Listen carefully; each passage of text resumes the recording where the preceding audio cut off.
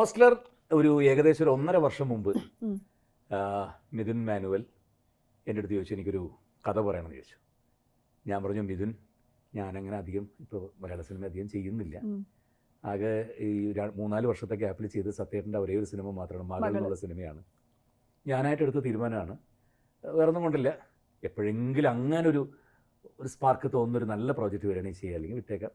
ഞാനത് അങ്ങനെ എടുക്കാൻ തീരുമാനം കാരണം മറ്റു ഭാഷകളിലൊക്കെ നായകനല്ലെങ്കിൽ പോലും നല്ല കഥാപാത്രം ചെയ്യാനുള്ളൊരു ഇതുണ്ടാവുന്നുണ്ട്. അപ്പോൾ അങ്ങനെ ഒരു എൻട്രി കിട്ടുക എന്ന് പറയുന്നത് നാളെ നമ്മൾ പെട്ടെന്ന് വിചാരിക്കുകയാണ്, ആ നാളെ തൊട്ട് ഞാൻ തെലുങ്കിൽ ഫാദർ വേഷം ചെയ്തേക്കാന്ന് പറഞ്ഞ വഴിക്ക് സാധനം കിട്ടില്ല. അതെന്തോ ഒരു ഭാഗ്യത്തിന് നല്ല ഓപ്പണിങ് കിട്ടി, കന്നഡത്തിലും കിട്ടി, തമിഴിലും ഉണ്ട് ഓൾറെഡി. സോ 365 ദിവസം ജോലിയാണുള്ളതുണ്ട്, ജോലിയുണ്ട്. അങ്ങനെ ഇരുന്നപ്പോഴാണ് മിഥുൻ വന്ന് കഥ പറയുന്നത്. കഥ പറഞ്ഞ് ഞാനിങ്ങനെ കേട്ട് കുറേ നേരം ഇരുന്നു. കാരണം ഞാൻ മിഥുനോട് ചോദിച്ചു, മിഥുൻ, ഇത് ഒന്നുകൂടി വേറെ ആരോടെങ്കിലും സമീപിക്കുന്നതാണോ നല്ലത്? ലാസ്റ്റ് ജയറാമല്ലാതെ വേറെ ആരെങ്കിലും കുറച്ച് നന്നായിരുന്നു പിന്നീട് പറയരുത്. ഇല്ല, എനിക്ക് നിങ്ങളിൽ 100% സത്യസന്ധമായിട്ട് വിശ്വാസത്തോട് വന്നിരിക്കും. നിങ്ങൾ ചെയ്യുന്നില്ല എന്നുണ്ടെങ്കിൽ ഞാനിത് വേറെ ആലോചിക്കില്ല എന്ന് പറഞ്ഞു. പിന്നെയും വിളിച്ചു, ഞാൻ മെസ്സേജ് അയച്ചു, ചോദിച്ചു പോയിക്കോളൂ. 2 പ്രാവശ്യം മെസ്സേജ് അയച്ചു, വേണോ വേറെ ആരെങ്കിലും വെച്ച് ചിന്തിച്ചോളൂ. കാരണം അത്ര ഹെവി ആയിട്ടുള്ള ക്യാരക്ടറാണ്.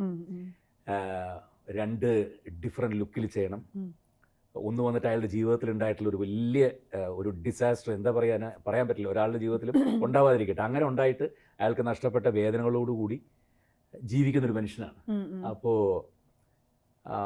ഹാലൂസിനേഷൻ ഒക്കെ അയാൾക്ക് ഒന്നിനോടും, അയാൾക്ക് മയക്കുമരുന്നായാലും അല്ലെങ്കിൽ മദ്യപിച്ചാലും ഒന്നും പറ്റാത്ത അത്രയ്ക്കൊരു ഹൈ ആയിട്ടുള്ള ഒരു ഇതിലേക്ക് പോയൊരു മനുഷ്യനാണ്.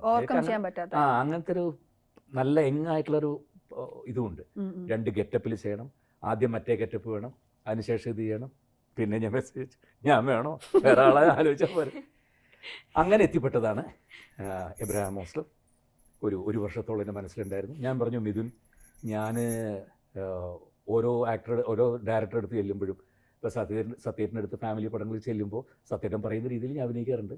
വേറെ ഡയറക്ടർ അടുത്ത് ചെല്ലുമ്പോൾ അങ്ങനെ ചെയ്യാറുണ്ട്. തമിഴ് ചെല്ലുമ്പോൾ, തെലുങ്ക് ചെല്ലുമ്പോൾ ഓരോരുത്തർ പറയുന്ന രീതിയിൽ ചെയ്യും. ഓസ്ലർ എന്താണെന്നുള്ളത് അങ്ങയുടെ മനസ്സിലാണുള്ളത്. ഓരോ ഷോട്ടും ആദ്യത്തെ സിനിമ പോലെ എനിക്ക് പറഞ്ഞു തരണമെന്ന്. ആദ്യത്തെ ഒരു ദിവസം കഴിഞ്ഞ് പറഞ്ഞു, ഇനി പറഞ്ഞു തരേണ്ട കാര്യമില്ല, ഇത് തന്നെ അങ്ങോട്ട് പിടിച്ചോളാൻ പറഞ്ഞു. പിന്നെ ഒരു 19 ദിവസം ഒന്നും പറഞ്ഞു തന്നിട്ടില്ല.